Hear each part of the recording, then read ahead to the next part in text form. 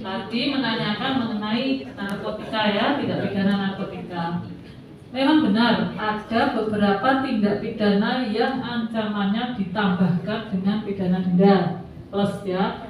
Dan itu tidak hanya narkotika, ada kehutanan, itu juga pakai denda sama ya.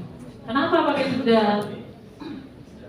Seperti tadi disampaikan ya, denda itu dianggap sebagai pengganti kerugian tidak pidananya ya. Tapi dendanya memang tidak diserahkan kepada korban, cuma diserahkan kepada negara.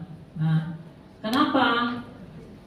Kalau ada denda tidak bisa bayar, apa orangnya juga harus dipaksa menjual rumah? Nah, tidak, karena untuk denda ini bukan ganti kerugian seperti kepada korban, apa namanya itu, lupa saya, restitusi, bukan restitusi korban ya, bukan pengganti kerugian untuk korban. Denda ini nanti disetorkan kepada keuangan negara, yang nyetorkan juga kejaksaan. Nah, penyetorannya nanti itu disamakan dengan petugas tilangan. Nah, jadi kejaksaan memang banyak menyetorkan uang itu dari denda tilang, dari denda pidana dan denda tilangan.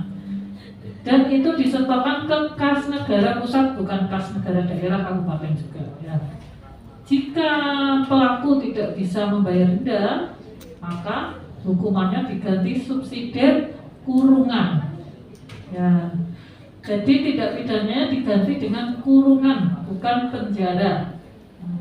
Pidananya apa kurungan dengan penjara? Nanti coba ada yang bisa jawab ya. Tapi bisa itu lapas sama rutan, hampir benar juga.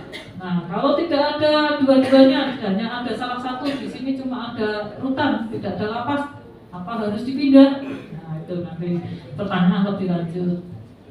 Sementara kalau ada yang bisa jawab tadi bedanya kurungan sama penjara apa? Ya, ini kan ada pertanyaan dari Mbak Karenina tadi, gitu ya. Jadi maksimalnya pidana kurungan juga pengganti denda hanya 6 bulan dan ada yang undang-undang baru itu 1 tahun paling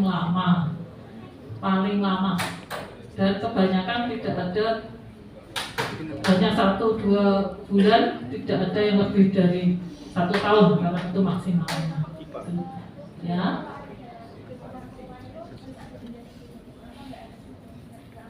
Nah, pidana kurungan itu ada juga tanpa denda.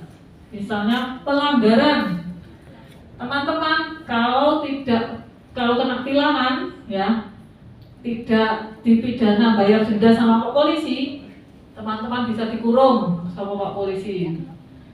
Nah itu, jadi tidak harus selalu kena denda diganti oleh kurungan, enggak. Itu pidananya atau bisa kena denda atau kurungan. Nah, biasanya juga yang PSK ya, prostitusi, itu juga pidana denda atau kurungan. Nah, itu salah satu. Kalau dia baru 1 kali ketangkap, biasanya cuma kena denda 200.000, 300.000 gitu ya, prostitusi itu. Kalau sudah berkali-kali nggak kapok-kapok, jadi penyakit masyarakat, bisa kurungan 3 hari, 1 minggu gitu ya. Jadi kurungan itu memang pengganti denda atau dia di tindak pidana ringan. Itu namanya tindak pidana ringan ya. Tindak pidana ringan itu kurang dari 3 bulan. Semua tindak pidana yang kurang dari 3 bulan